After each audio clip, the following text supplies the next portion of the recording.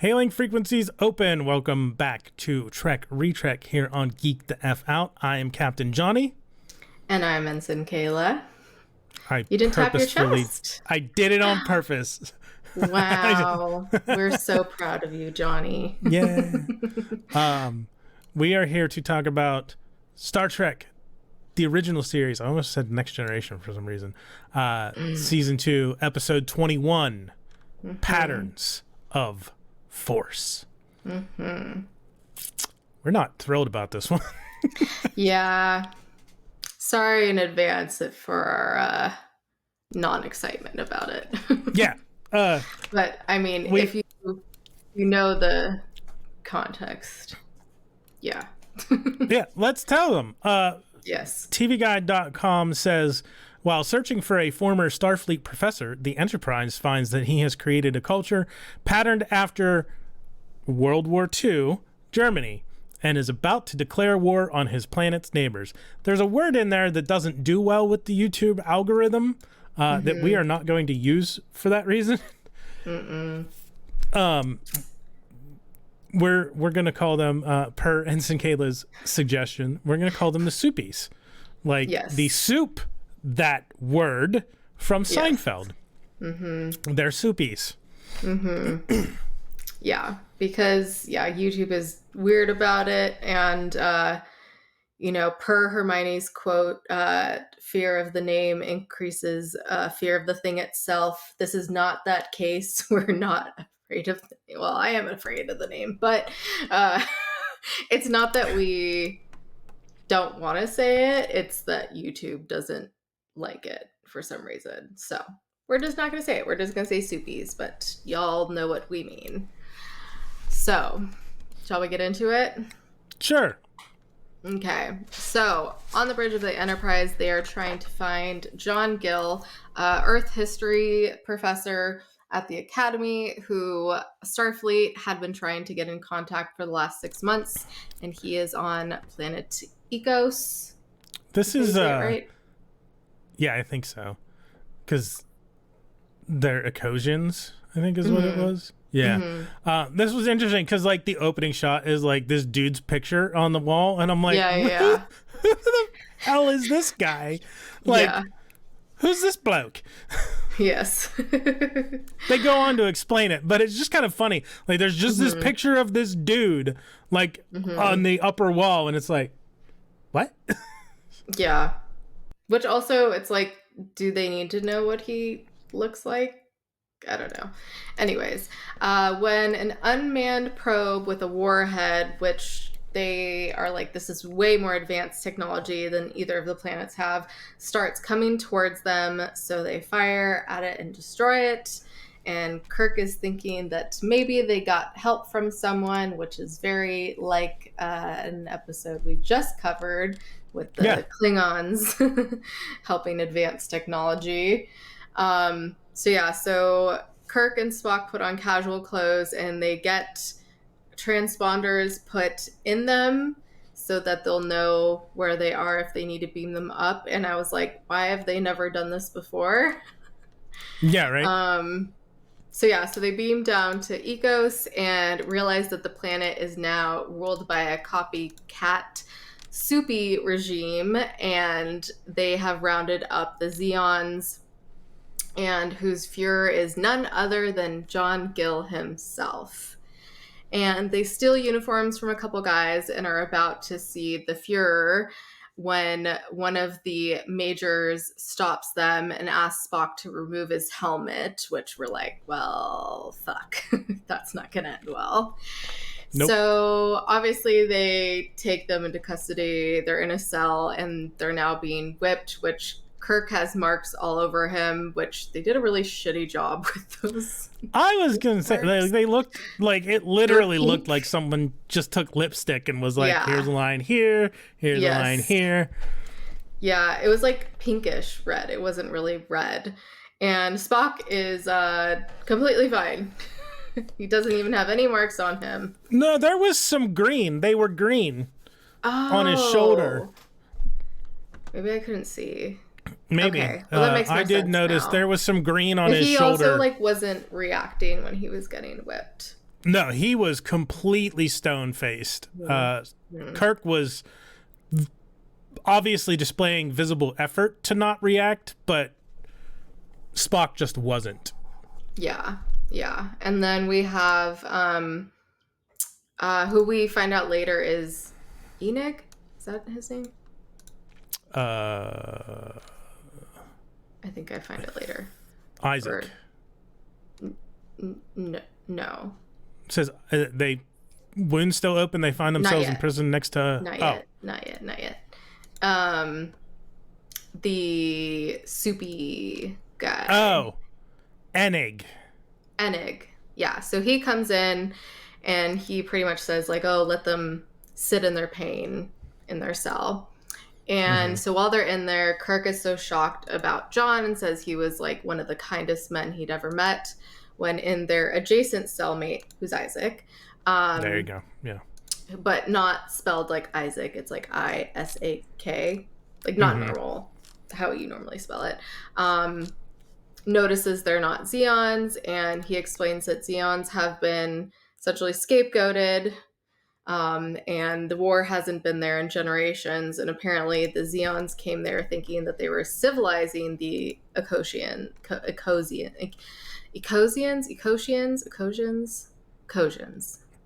Yeah, Ecosians or Ecosians. I think they said it both ways. It's one of those things with made up words. Like sometimes it gets pronounced both ways, but yeah. Yeah, which obviously with the soupies being there, I don't know, like there's already a lot of similarities and commentaries to the real life soupies being like scapegoating the Jews, and then also his name being Isaac, and then his brother's name being Abram, spelled differently. There's a lot of, similarities there, which is interesting because I don't know if it's just them, but I was thinking about with John Gill, and, spoiler alert, we find out later that like he thought this would be a good idea. Yeah.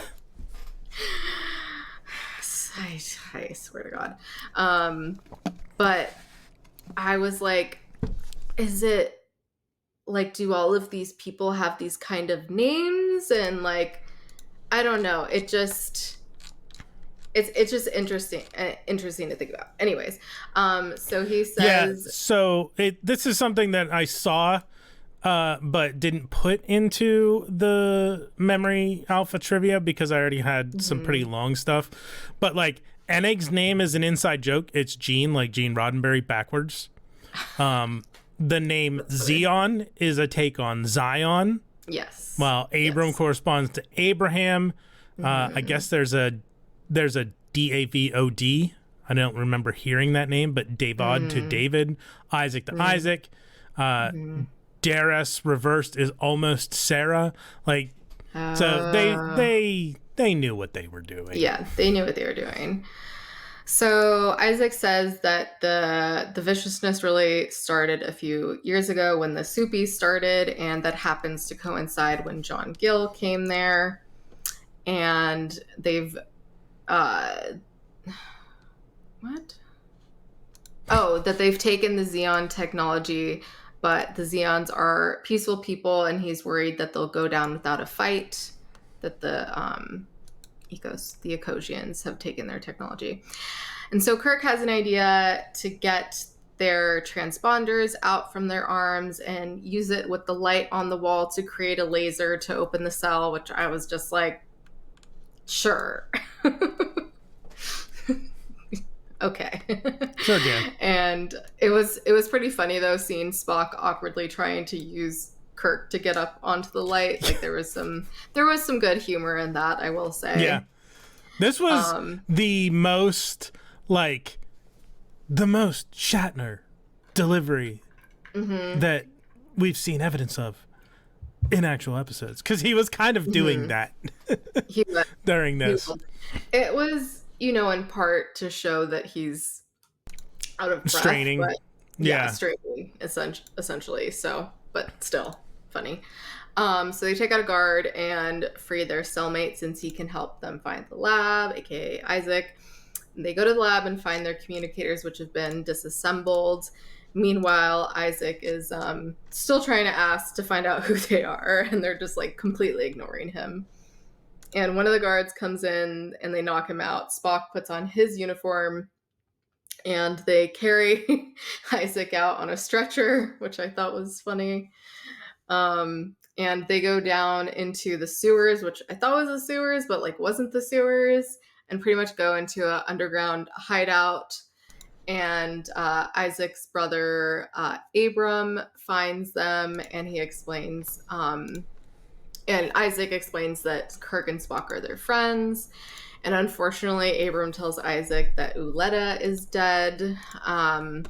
Apparently would have been his wife, and she was shot down in the streets, which was very, very sad. And so then Spock reassembles the communicator, but they realize the Enterprise won't be within range for another hour, when some Soupies, including Dara's, which was a lady they saw on the screen earlier, that they saw was a Soupy, came in, and they come in and round them up, and she ends up shooting Abram and is about to shoot Kirk when they overtake her, and they find out this was just a ploy to make sure that they were on the right side, and she was apparently actually on their side. And apparently she betrayed her father to the party, and it was all his idea, since he used to be close to the Fuhrer. And Kirk explains who they are, and that John Gill was sent there by the Federation as a cultural observer, which Doris is very fascinated that he's an alien. And Kirk asks how they can possibly see him, and apparently he's making a speech that night, and Doris could possibly get Kirk and Spock in there. And how they do that is they pretend to be a documentary crew following her in, which I thought was clever and funny, and like, I don't know, it felt like something that would happen nowadays, because people are making documentaries about everything, and like, you know, especially like celebrities and political figures, they're just like so into themselves that like, I don't know, they would just be like, oh, let's make a documentary about myself. I mean, some people do, you know, documentaries about other people, but I don't know, just gave me that vibe. Which, when they go in there, Spock makes a comment about how he understands gambling now with like the risks they're taking, which was very random. Yeah. And they go see the booth where John Gill is going to give his broadcast, because he's not doing it at the podium, which, yeah, it's very sus that he has to do it from this booth, and like the people will watch it on the broadcast. And they get a glimpse of him, and I think that shot was actually a dummy. It wasn't him. Yeah, it seemed like it. Yeah, which I was like, oh my god, are they doing the dummy thing again? But, you know, it ends up actually being him, as we find out. And so they go to the coat room to try to communicate with the Enterprise, and Uhura actually answers, and Kirk tells her to beam down McCoy outfitted in a Soupy uniform, and tells them that he needs to find out what's happened to John Gill, because they're not sure about his physical state. When Doris comes in and tells them that the Soupies intercepted their broadcast and now are searching for them, when McCoy beams down, still trying to get in his outfit, which was funny because he was like, they got the wrong size, and Spock is like, bro, calm down. And some of the Soupies come in, including Enig, I don't know, and they pretend Bones is drunk, and somehow the one dude doesn't recognize Kirk and Spock, which, yeah, we find out later he's on their side. And the Führer speech starts, but doesn't look like his mouth is moving, and is just stringing sentences together. But also you can't see his mouth because he's behind the microphone, which I was like, wow, this is all very strategic here. And so they all slowly leave the room and take the guards out that are guarding the booth that he's in, that the Führer's in. And when he's done, Melicon, which is his, what is it, deputy Fuhrer, they call him? Yeah. He starts making a speech in the room they were just in, and they find John Gill has been pretty much comatose, and Bones gives him a stimulant to wake him up while the Melicon talks about how the Zeons will be taken out soon, and John Gill is slowly going into like a sleep-like state now. So Spock does a mind probe on him and puts him in a state where he can answer questions, which I was like, interesting that he can't initiate, but he can answer questions. Like, Yeah. how does that work exactly? So Kirk asks him why he did this and abandoned his mission, and Gil says the planet was fragmented and divided and took a lesson from Earth history, saying that the Supies were most efficient state Earth ever knew, which Spock agrees with. And I was like, well, me and the audience and Kirk was like, yeah, but like there was so much bad that came along with it. And Gil says it worked at first, then Melicon began to take over and gave him this drug, and Kirk tells him he needs to tell the people what happened on a broadcast. And some of the soupy soldiers come in and they pretend they've caught Spock trying to assassinate the Fuhrer and say he needs to be taken to Melicon. And Isaac says that Enig is one of them, which we mentioned earlier. So that's why, he didn't say anything when he saw Spock and Kirk in the coat room. So Kirk stays in the room with Gil and puts more stimulant in him. Meanwhile, Melicon inspects Spock, calling him an inferior race. Which then we have more slapping, which Kirk is slapping Gil awake, essentially. And Gil starts to make the speech. And Melicon tries to get people to leave the room when Gil starts giving orders for them to back down and retreat their space fleet, and says that Melicon is a traitor. And then he just opens fire on the booth and shoots Gil. And right away, Isaac kills Melicon. And Kirk tells Gil that he saved them just in time. And unfortunately, Gil ends up dying. And Darius and Enig say they'll make a new way for their people and stop the bloodshed. And they beam back on board, and Spock says he'll never understand humans with what Gil did, which, yeah. And I apparently never finished my last line.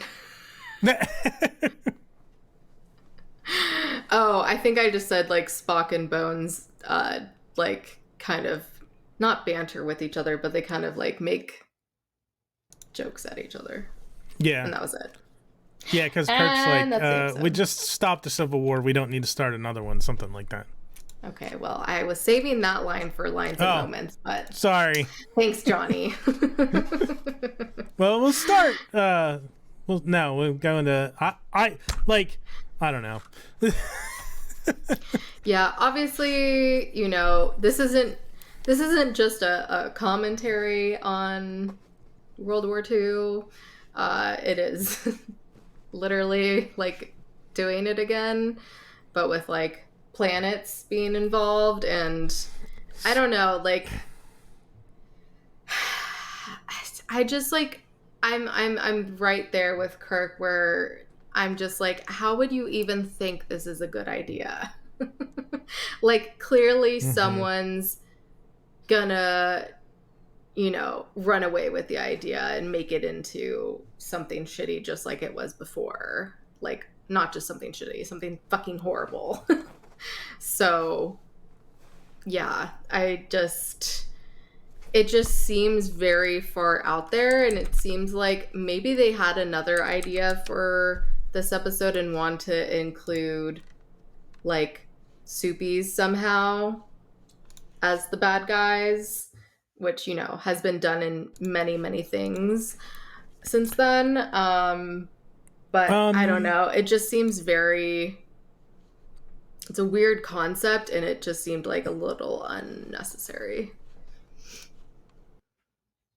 We'll talk a little bit more about that in trivia because there's some background information on it. Okay. It's interesting because like this is only 20 years after the end of World War II. And we'll talk a little bit. There's some relation to that in the episode trivia, but yeah, overall it's like I watched the whole thing. I literally couldn't think of anything to like. I don't take notes about the episode the way that you do because you do the recap and you have that, so I don't need to do that. Like I wrote down my random thoughts, and like the only thing I have is Soupies, and then that's it. And then like my notes for spoilers without context. But like it's not like I was like bored or not watching the episode. Like I was interested and enthralled watching it, but like I just don't know what to take from it because like I don't know either. In my time period, our day and age, my experience watching it's not doing anything new. Like, it's not telling us anything that we don't already know. That's what I was about to say. Like, we know they're bad. And, like, this would be a bad idea. And yet, to this day, unfortunately, people are still perpetuating these ideas, unfortunately. And they think that their race is better than other races. You know what I want to know? When did Star Trek get so woke? Jeez. When did Rage Against the Machine get so political? From day one. Idiots. Anyway. Yeah, exactly. I feel like I don't really... Yeah, it's nothing we didn't know before, and there's not really anything, like, new, like, commentary-wise. Also, there was a lot of, like, structurally, it felt a lot like Tomorrow is Yesterday and A Piece of the Action. Because, like, they go down incognito and they get caught. And then they escape. And then they get caught. Yeah. Like, exactly. Like, it's all over the place. The plot is there, but also, I don't know, like the fact that he just says like that Gil, you know, makes that speech at the end and says like, you know, retreat, Melicon is the bad guy, blah, blah, blah. Like, and that solves the issue seems like a little bit of a stretch. Yeah, in the real world, that probably wouldn't work. No. No. If only. Yeah, really. Yeah, and yeah, the whole absolute power corrupts absolutely. Like, that's nothing new. Like, they even mentioned that in the episode. I don't know. Like, it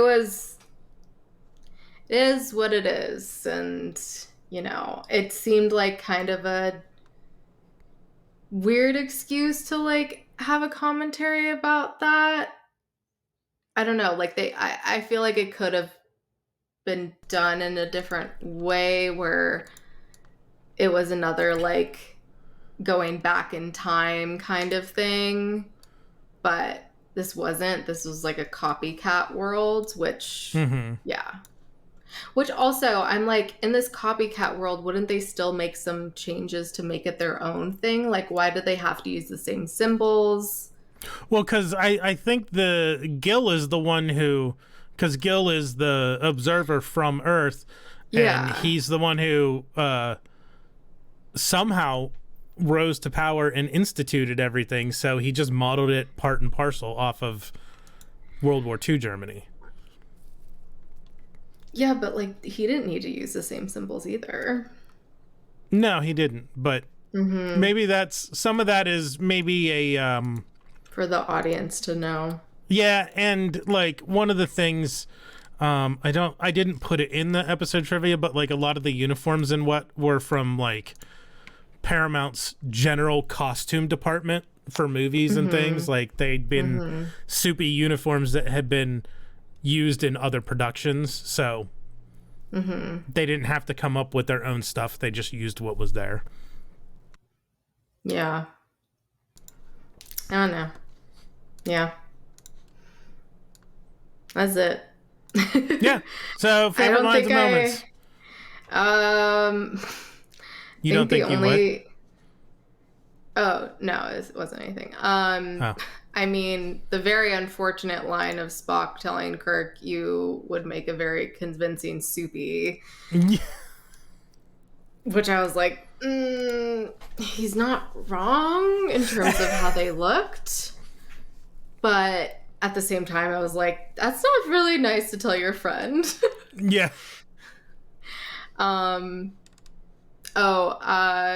Kirk's line of, very good, Spock, we'll make a human of you yet. And he's like, I hope not. Yeah. I thought that was funny. And then, yeah, this isn't like favorite lines of moments, but when Melicon was saying how, about Spock, note the low forehead denoting stupidity, the dull look of a trapped animal. And I was like, wow, you've really taken this ideology to heart, bro. It's also funny because we as the audience know that that is the exact opposite of what Spock is. Like, yeah. And also, it's hard because Leonard Nimoy is Jewish. Or was Jewish. So, I don't know. It was hard that, like, the one time, well, yeah, I think the one time in the episode where someone is talking about someone else's physical appearance in a negative way, acting like they're the superior race, happens to be to the Jewish actor. Just didn't feel good. Did not feel good. There's some of that not covered so right. in episode trivia too. Okay. Yeah. But yeah, I don't think the only other line was the one you already mentioned. Gentlemen, we've been through one civil war. Let's not start another. Which, like, this isn't even about the Civil War. Right, yeah. Like, it's still funny, but yeah. Yeah, two different planets, although they're in the same system. It is kind of a stretch. Yeah. Moments, obviously, we talked about the prison, the cell scene where Spock's climbing on Kirk, and then McCoy with funny. Struggling with his boot was kind of funny. Yeah. But other than that, yeah, like kind of a bewildering episode. To say so the normally least.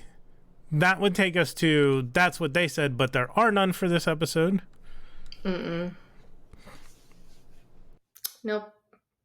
I didn't even really take note of any through. There was only one, but even that one was kind of a stretch. Okay. So that will take us to episode trivia from Memory Alpha. This is long, so it'll make up for not having. I'll try to read it quick, but there's a couple of different points that need to be discussed. Yeah. John Meredith Lucas wrote this episode out of his fascination with the functioning of totalitarian regimes, especially World War II Germany, and their ability to stay in power. William Shatner quoted him, John Meredith Lucas, to Chris Kresge in Star Trek Memories as saying that, now this is apparently what John Lucas said per William Shatner. It was fun to write a well-meaning soupy, a guy who, for the right cause, completely fucked everything up. You know, we started with the question, how the hell did soupyism get past the shits and the street gangs and take root among the basically decent people? How did sane, reasonable adults come to buy into this bullshit? The answer seemed to be because it was efficient and because in a society beset by all kinds of problems, it may have seemed like a feasible necessity. So it becomes feasible and the people take that leap. Again, this is only 20 years after it. So there's less time to digest and like analyze and see things. Yeah. Then I hope that that's kind of part of it, like not, I don't know, like obviously they know it's bad, but I don't, and it's really funny and not really funny, but not funny, ironic. haha, but Yeah, ironic in today's context because when I was, learning about this in history classes and, as I got older in those classes, that was something we discussed of how this like entire country was okay with this happening and like blah blah blah and like there are some reasons for that and just how people can like essentially blindly follow or like really think that other people like of a certain race or religion are beneath them and literally kill them when that's literally happening today like in so many different ways in 2024. Yeah. Somehow. And people are like, how does that happen? I'm like, what do you mean, how does it happen? Like, it's literally happening today. So, and it's happening like in America, in a first world country where we're supposed to be like smarter, better people, and we're fucking not. Like, we're not. Like, yeah. Like, there's still a lot of shitty fucking people in this country who think that they're better than other people because of their religion, how they look, money, etc. Like it's unfortunately still that way. And like people that just blindly follow other people who are literal idiots and will say whatever they want to say and fucking get away with it. It fucking happens. Like it blows our minds, but it fucking happens. And yeah, yeah. Sucks. Yes. Yeah. No. Exactly. I have nothing to add. She's right. As always. Yeah. Several of the cast who dress up as Soupies in this episode, notably William Shatner and Leonard Nimoy, have Jewish backgrounds. On December 1st, 1967, newspaper and magazine photographers were invited to the set for publicity. Nimoy refused to have any pictures taken of him in uniform, as he was due to attend the Wilshire Boulevard Temple Children's Hanukkah services later that same month, and did not want any possible controversies to arise. Even though because he wears it in the episode. Yeah, he wears it throughout the whole episode. Like, yeah. But having it come I from get out of context, yeah. Yeah. If they just like took pictures, people would be like, "What the fuck?" Yeah. Yeah. So that was smart. That was definitely smart on his part. Because the subject matter of the nation's past was deemed too serious and too sensitive a topic for light TV entertainment, this episode was withheld from broadcast in its 2 original runs by the German stations that aired TOS. The public ZDF network in the mid-70s and the private Sat1 network in the late 80s and early 90s, and resulted that Patterns of Force became the only original series episode not to be aired in Germany. Only in 1996 was the dubbed episode finally shown as German words I can't pronounce on German pay TV, shortly after the first time German language release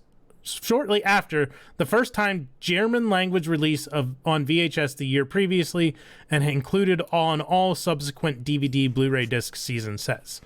On November 4th of 2011, it was finally shown on the public network channel ZDF Neo as well. During the first 2 German runs of TOS in the 70s and 80s, many former Soupies were still alive.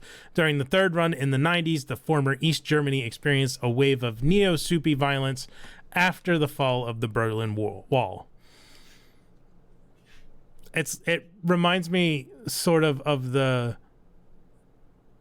Family Guy skit where like Brian and Stewie are on the bus in Germany, or was it Brian and Stewie? And there's like a tour guide, and they're like, well, what about this? Nothing bad happened. Like, because Germany just wanted like everybody to forget about it. Sweep it under the rug. Yeah. Yeah. I mean, there's still a lot of people that think that the concentration camps didn't happen, and it's like, it's disgusting. Yeah, it's funny because you would feel like 20 years later would be enough time, but yeah, like sometimes I forget about that, like, you know, people that were Suppies were still alive. But also it's like, maybe you should see that like what you did was absolutely horrible. Like, right. The fact that they were trying to hide that, I don't know. Like, does not sit well. Yeah. This episode's thesis, which Professor Gill espoused and which Spock corroborated, was that Soupy Germany was the most efficient state that was ever known in Earth history. But this notion, which was still widely accepted after World War II, and even at the time of the episode's original broadcast on American television, has now been largely discredited. The historian William R. Shire, in particular, has noted that the Soupy hierarchy was actually a tangled web of hostile competition, with many of its high officials being bitterly opposed to each other. Consequently, their respective jurisdictions often overlapped and or collided. Hence, this conflict between these officials and their jurisdictions actually reduced, or even in some cases completely negated, governmental efficiency in Soupy Germany. The infighting that resulted from this exhausted the said officials too severely to enable them to close ranks against Hitler. So that whole line of thinking was one of those things that at the time of this episode was accepted as fact. Despite all their atrocities, they were a very efficiently run national government. I that think has it now looked like been that debunked from the outside. Yeah. Yeah. Interesting. So the episode is not that it's an excuse, but a product of its time for Spock ascertaining that they were an efficiently run government. Now, on a lighter note, this episode marks the only time in any Star Trek series or film that actor Leonard Nimoy is seen on camera not wearing a shirt. Really? Yep. Unlike William Shatner. I was wondering about that. Unlike William Shatner, Nimoy refused Roddenberry's request to have his chest shaven. Hey, bodily autonomy. That's good. He was forced into doing it. That is all the trivia. Fascinating. That will bring us to spoilers without context. I believe Ensign Kayla went first for this last time, so we will bring my spoilers without context up on the screen. And I need to pull them up because now I don't. Okay. So Luke Skywalker as a stormtrooper, because Kirk in the uniform. There you go. Emperor Palpatine ordering Order 66, similar to Gil and Malicon ordering the eradication of the Zeons. The Wizard of Oz, because of the John Gill being behind the curtain in the booth. And then Tony Montana, say hello to my little friend, when Malicon grabs the machine gun and starts shooting the booth up. That's what it made me think of.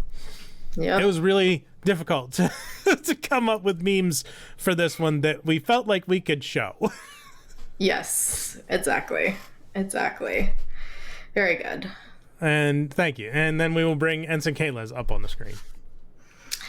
Yeah, I struggled with these as well. Johnny may or may not have helped me a little bit, but I did think of The Wizard of Oz before that, and I happened to place it in the same place without meaning to. We used different pictures, though. I mean, it's the same picture, but we cropped it differently. Yes. But the first picture is from Hunger Games when they place the trackers under their skin, which they later pull out of them. And the transponders reminded me of that, both with how they inserted them, lol, and also with the fact that they took them out. And then Spock from Strange New Worlds with the beanie on, because Spock had a beanie on in this episode. And then, yes, Danny DeVito. So anyway, I started blasting for same reasons that Johnny did with Melicon blasting at Gil at the end. Yep. And that's it. Very good. Thank you. Very good. So before we rank the episode, Ensign Kayla, why don't you tell the folks what's going on and where to find us? Yes. You can follow us at G2FO channel on Instagram, post updates on, the different shows that we're doing and other funny memes and stuff and stories. And Stranger Things is going on. And starting our Lost rewatch soon, so look out for those. And yeah, make sure to smack that like, smack that subscribe, smack that bell icon. All right. So, Ensign Kayla, how do you rank Patterns of Force? Ensign. That's it. That's it. Yeah, same. I don't think I need to explain it. Yeah. Like, if there was a better point to it that we didn't already know, would probably give it more, but you absolutely don't need to watch this.